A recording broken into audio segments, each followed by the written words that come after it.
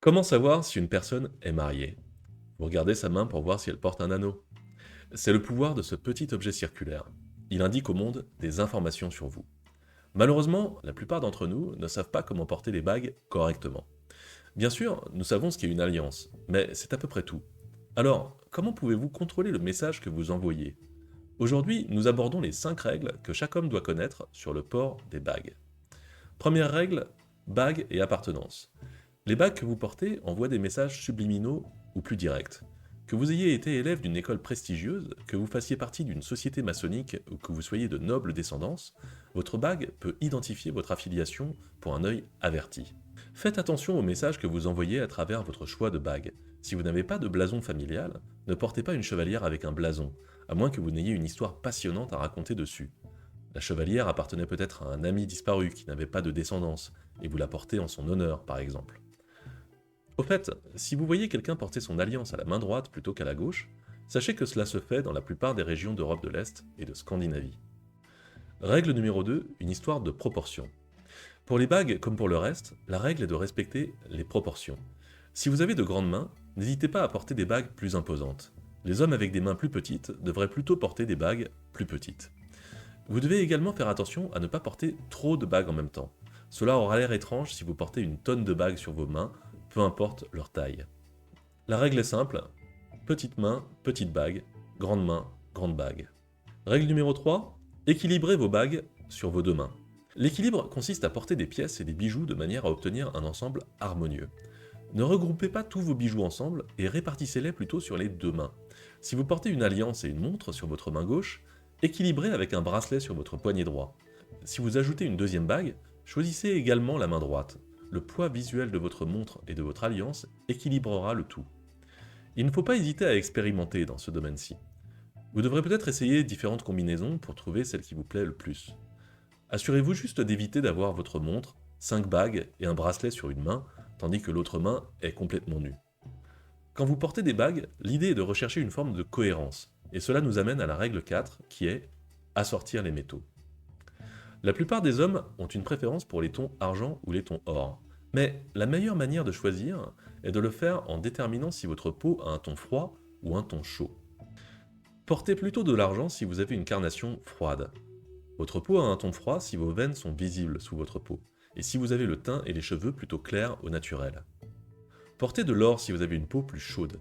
Si vous êtes dans ce cas, vos veines sont moins visibles à travers votre peau et votre teint est mat, et vos cheveux bruns. Votre boucle de ceinture doit-elle être assortie à vos bijoux? Idéalement, oui. Essayez d'assortir le métal de vos accessoires dans la mesure du possible. Tout, de la boucle de ceinture à la montre, aux bagues, en passant par votre pince à cravate, jusqu'à la couleur de votre monture de lunettes, tous vos accessoires devraient avoir une tonalité métallique similaire. La clé, c'est l'équilibre. Tant que les couleurs et les tons sont équilibrés, cela fonctionnera. Vous n'avez pas besoin d'assortir les métaux exactement. L'acier inoxydable, l'or blanc et l'argent sterling se mélangeront bien ensemble. Mais essayez de maintenir autant d'uniformité que possible. Règle numéro 5, portez vos bagues avec confiance. À quel point êtes-vous confiant en portant des bagues supplémentaires?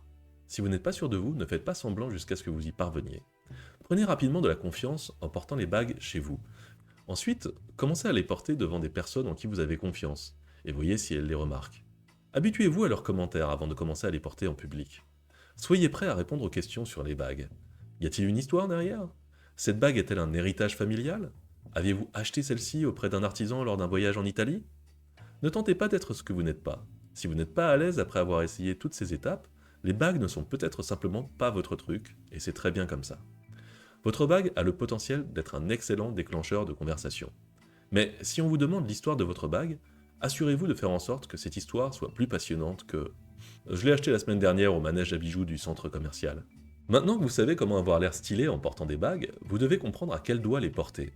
La plupart des textes anciens et des cultures préconisent le port de bagues sur des doigts particuliers pour induire un état d'esprit. L'auriculaire. Une bague sur le petit doigt est souvent associée à la confiance en soi et au charme. C'est une déclaration subtile qui évoque l'autorité et le flair personnel. Dans l'Antiquité romaine, on portait une bague à l'auriculaire pour signifier l'affiliation à certaines familles ou groupes influents, souvent à des fins héraldiques ou symboliques. Dans la culture populaire, Des films comme Le Parrain ou des séries comme Les Sopranos ont popularisé l'image de gangsters portant une chevalière ou une bague au petit doigt. Dans ces représentations, la bague symbolise non seulement le pouvoir, mais aussi la richesse, la loyauté et le statut au sein de l'organisation. Le port de la bague au petit doigt est également perçu comme un signe de finesse et d'élégance, marquant souvent un caractère distinctif ou une signature personnelle. L'annulaire, particulièrement celui de la main gauche, est traditionnellement réservé aux alliances, symbolisant l'engagement, l'amour et la connexion. Cette coutume trouve ses racines dans l'Antiquité romaine, où l'on croyait que l'annulaire contenait la vena amoris, la veine de l'amour, qui se dirige directement vers le cœur. Cela explique pourquoi ce doigt est devenu le choix naturel pour porter une alliance. Les bagues portées sur le majeur sont des déclarations audacieuses d'indépendance, de force et de courage.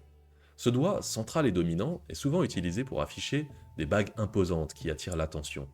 Dans la Rome antique, le majeur était perçu comme un doigt puissant, idéal pour signifier l'autorité et la stature. Une bague au majeur peut aussi symboliser l'équilibre et la responsabilité en raison de sa position centrale sur la main. C'est un choix de doigt pour ceux qui veulent marquer leur présence avec assurance et sans ambiguïté. L'index est directement lié à l'autorité et à la direction. C'est le doigt qui ordonne et montre le chemin. Dans l'Antiquité romaine, l'index était associé à Jupiter, le roi des dieux, symbolisant le commandement, la vision et la puissance divine. Porter une bague sur ce doigt peut signaler une position de pouvoir, un désir de diriger, une volonté de manifester une autorité naturelle. Au-delà de ces connotations de pouvoir, l'index est également un doigt utilisé pour exprimer l'ambition et l'aspiration.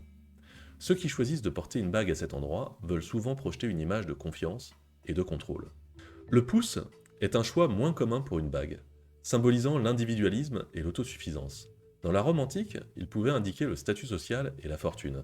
Ce doigt, distinct par sa position, est aussi associé à la puissance et à la volonté. Pensez au pouce en l'air ou en bas des combats de gladiateurs, un geste légendaire pour décider du sort des combattants. En conclusion, chaque doigt a sa propre signification historique et culturelle lorsqu'il s'agit de porter une bague.